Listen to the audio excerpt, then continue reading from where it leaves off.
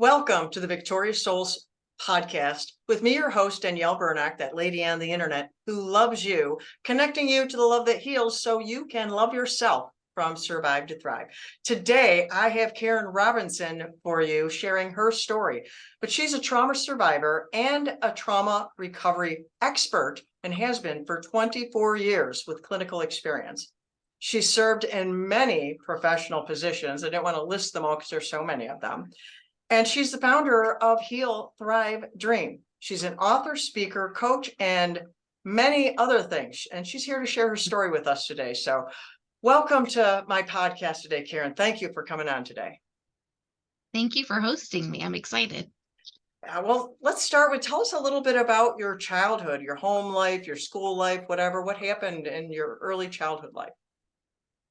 Yeah, thank you for the question. So my childhood was a bit tricky. My parents were not educated individuals, and there was a lot of struggle with poverty. My mom was also a trauma survivor of all kinds of abuse in her childhood, and my father was abusive. So there was domestic violence, there was child abuse in my home, and just a lot of dysfunction. There wasn't any drugs or alcohol per se, but there was a lot of verbal, emotional abuse, physical abuse, and sexual abuse as well. Hmm. Wow. But then at the age of 12, you attempted suicide. And I've been doing workshops and sharing a statistic that just, I want to cry almost every time I share it, that the second leading cause of death in children aged 10 to 14 is suicide. So what led you to attempt suicide when you were 12? What caused you to do that? And then what happened all around that? hmm Yeah. So I just simply was tired of feeling trapped and not feeling valued or supported in my family. There were people in my life that really deeply loved me and cared for me, but they weren't necessarily in my home.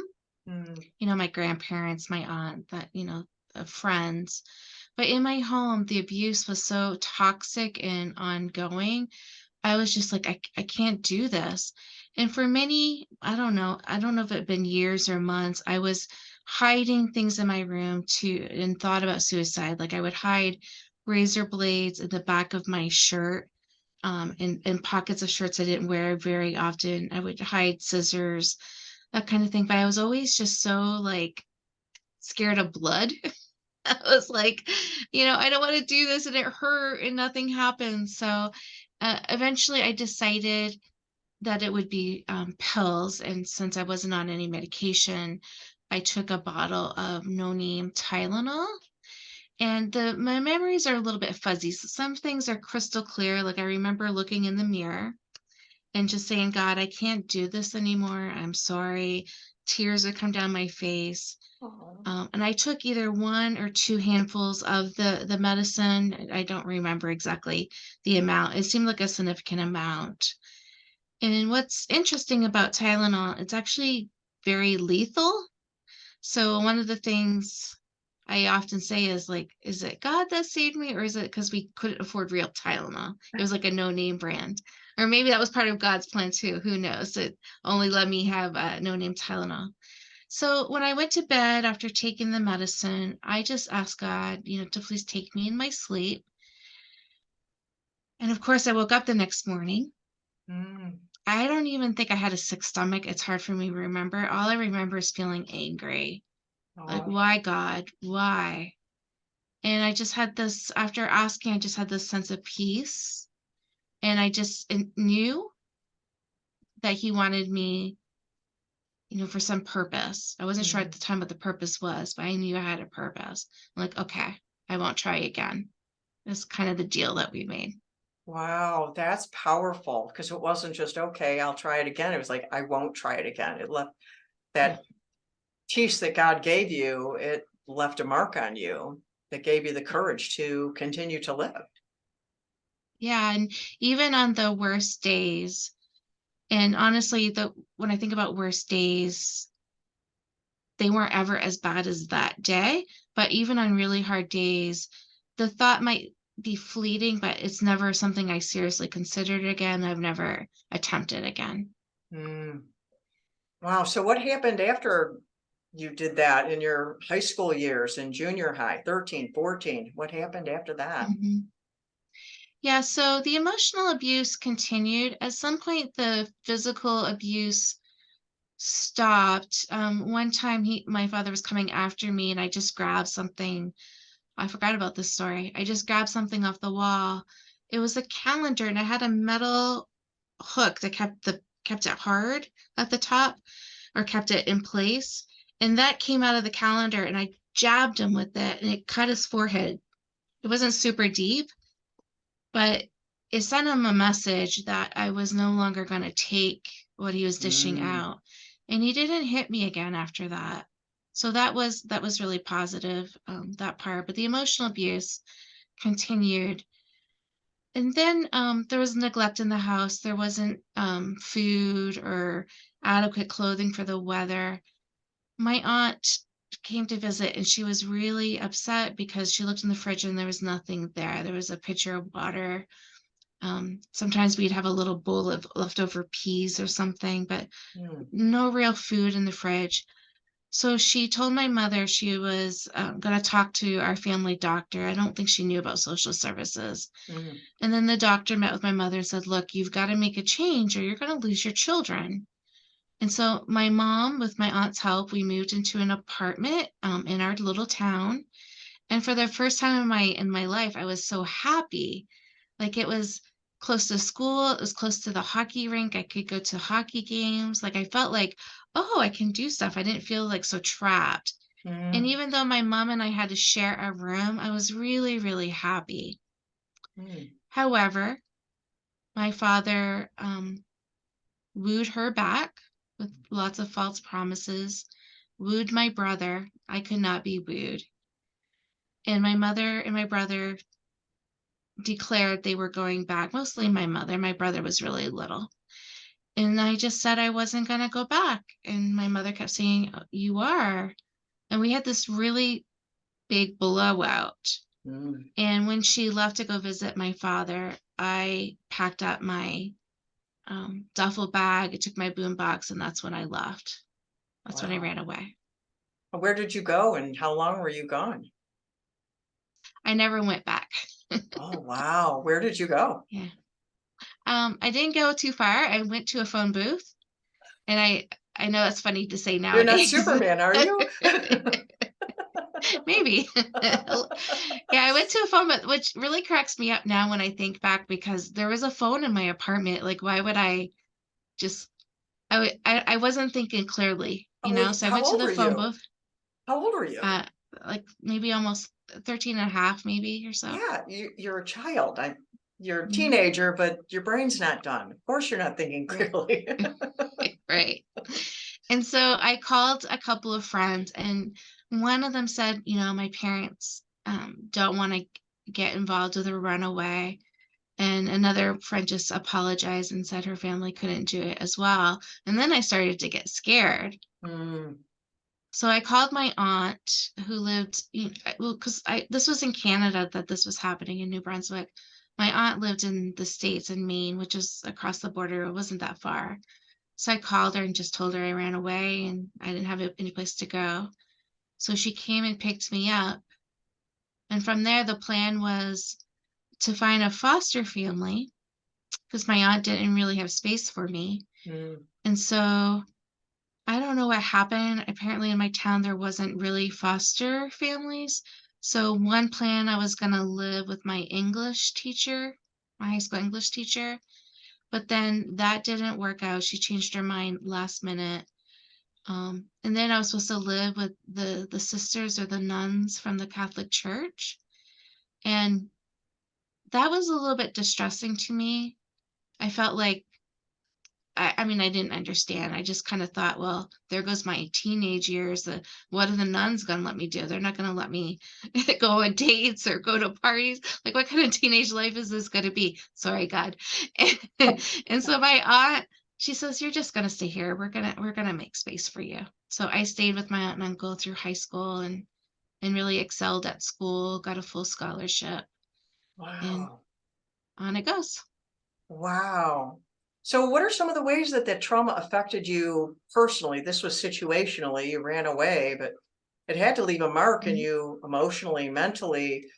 What are some of the ways that you can convey to our listeners for them to like, wow, yeah, I do that. Yeah, I got that in my life. mhm, How did it mhm. affect you? Yeah. Well, the good news is I didn't turn to drugs or alcohol, which a lot of survivors do. I did turn to food. I've always used food as a coping skill, and thus it's been a yo-yo of losing weight, gaining weight, because it's that emotional eating is so comforting. That's Mhm, been my biggest struggle. Another struggle is, that saying, looking for love in all the wrong places. I kissed a lot of frogs. I dated a lot of people who weren't healthy. Got married too fast out of college. The guy mm, is a really nice guy, but he was a bit controlling, not a mm, great fit for me. And then the second husband was emotionally abusive, mhm, maybe bipolar is my best guess, and that didn't work out. And I'm like, oh my gosh, my radar for relationships, despite being a therapist, is really whacked. So I mm. really took a break and prayed and really started to study like healthy relationships in more detail than what my school gave me. I learned about red flags, yellow flags, and green flags for a relationship. And so I prayed, I manifested what kind of husband I needed because at this point I had a child from my marriage and I also adopted a child as a single woman.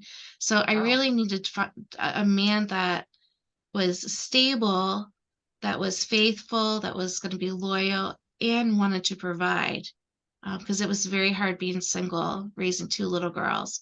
And I found him, and he's everything that a biblical man that you read about in the Bible, he's that. He's not Wow. perfect, but he's Yeah, pretty nobody gosh is. darn close. He's Okay, pretty close. let me circle back to you adopted a child. How did that come to be? And were you single when you adopted her? And Mhm, what mhm. led to that? And God again. I was working overseas with the Marine Corps as a federal therapist. I was counseling people in and out of deployments to Afghanistan and Iraq. Um, and then I was helping, as a side job, I was helping Americans overseas prepare for adoption and doing their home studies and just doing some training with them. And my young daughter, she says, "Mom, you help everybody else get a baby. What about us?" And I said, "Are you crazy? I'm a single mother. You are plenty." And then I get a call about 2 weeks later. This woman who's a service member, like really desperate, she stated, I'm expecting a baby and I can't do this. Can you help me? And so she was hoping that I could she thought I was related to an adoption agency, and I Mm, was, but when you're overseas, there's no agencies for Americans per se. mhm. So she would have had to go back to the States or something. And she said I already was turned down. So it was kind of weird, complicated. And I just said to her, I guess it was God speaking, well, don't worry, I will take and care for your baby. Because I didn't know what else to do. And it just came out. Wow. And and then she told me she was due in 2 weeks. Oh no, 2 weeks. Ooh, I can see how you're Yeah. like, I really said that 2 weeks. Oh, wow. I was like, everybody was looking at me like, what are you doing? Like, you're single with this little girl. But people overall were really supportive. So I flew into this other little country. It is it country? A little city in Japan. It was called Iwakuni. It was near a military base. And I was with the birth mother for a week before she gave birth, and I was there, and it's a decision I have never regretted, even though my daughter is now 13 and giving me lots of gray hair. I still don't regret it. I love her dearly. Oh, that's awesome. That's really kind of amazing. Wow. Yeah, yeah. Wow. So that's amazing that you did that, even with all the relationship things and you did all the study and you became a therapist. And How did you overcome those side effects? You studied, you told me something about some lady at church. So what role did she Mhm, play in here?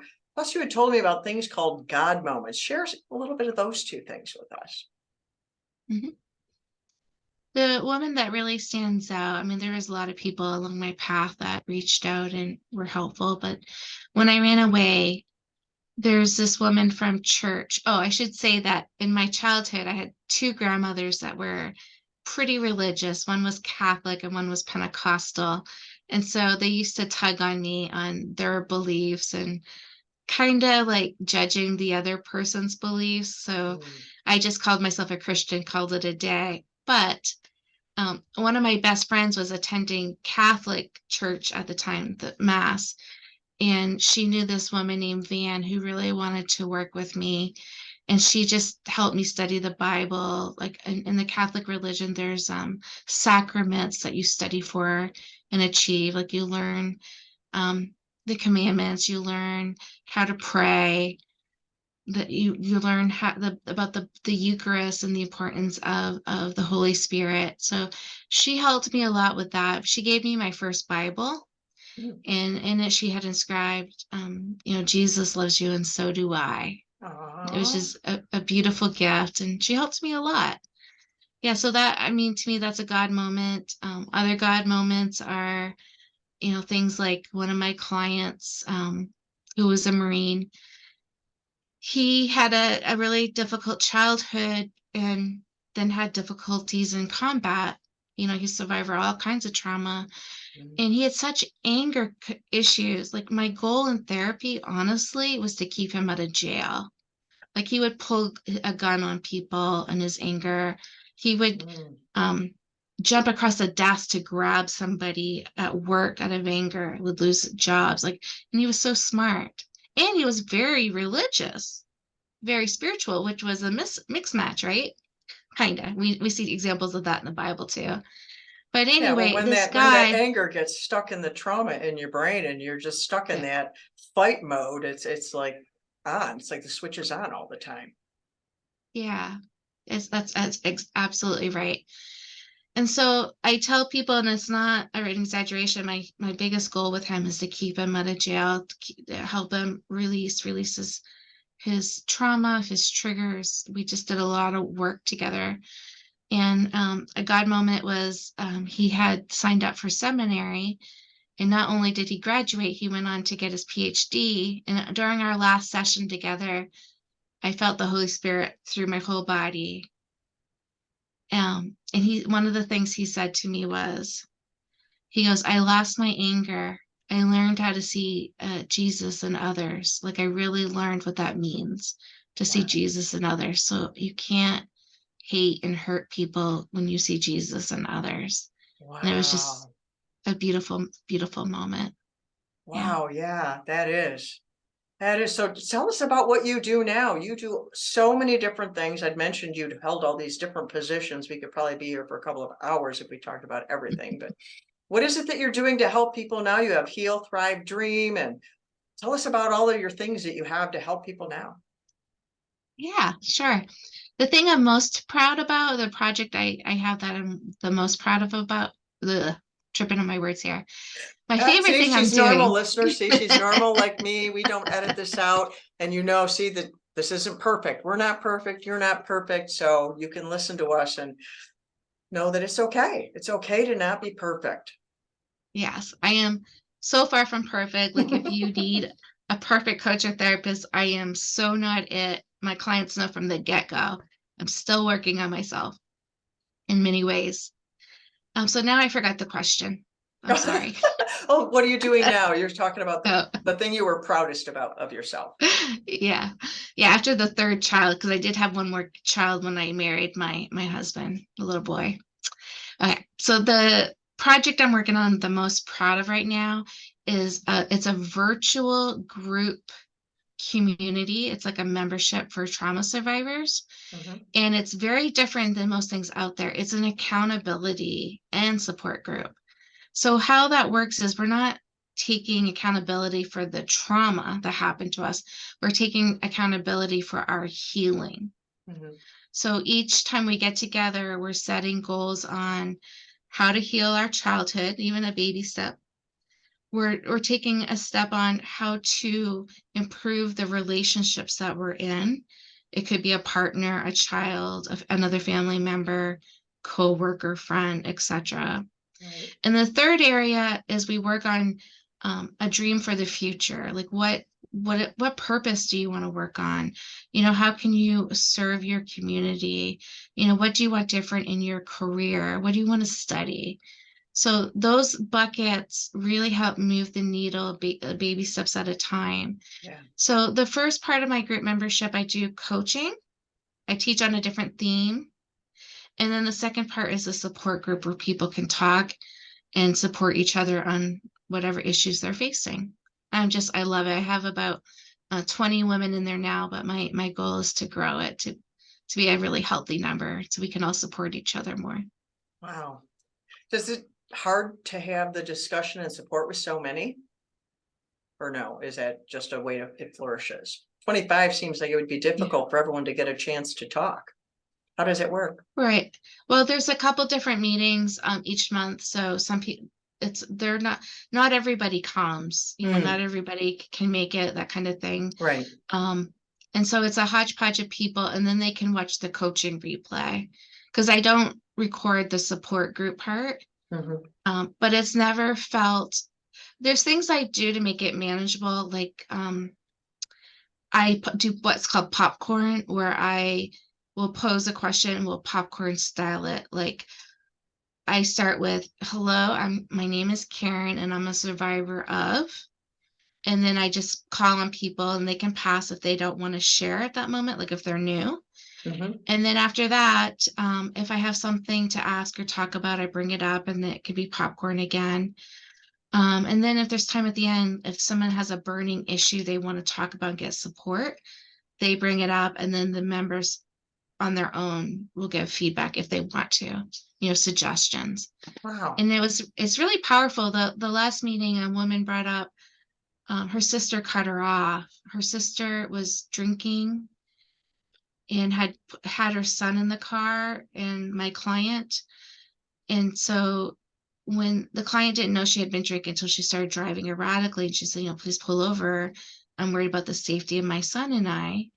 And her sister didn't. And so the client called the police on her, and they have a severed relationship. So she Mhm. talked about what that felt like in the group. And the women, a lot of them had severed relationships with family members. So they supported her through that. It was just beautiful. Wow. Yeah, to not feel alone going through something like that and how to go through Yeah. that and reconnect or not reconnect and all the things because every situation will be different. Kind of that. And Yeah. to Mhm. discuss that among other people who really get it. Wow, that is amazing. Wow. I have one more to share about the support group, if I may. Sure.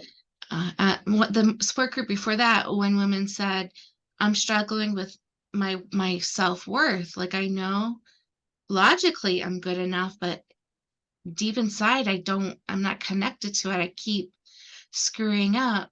And so she was asking other women, how did you build that core belief that I'm worthy? And one of my clients who's near and dear to me, she said, "That's the wrong question." She said, "Stop asking yourself that and focus on being kind to yourself, like really, really kind." And I just thought that was beautiful. Wow. They don't even need me. They could just help each other.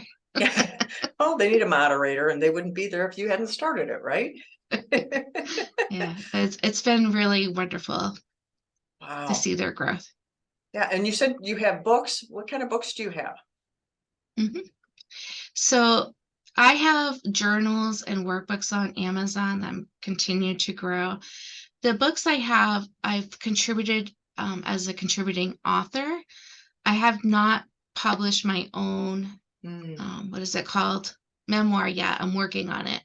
And after I publish my memoir, there are a series of books I want to write about trauma recovery. I'm going to do shorter ebooks for that. So they're mm, not so overwhelming to people, but there's different yeah. topics I want to write about.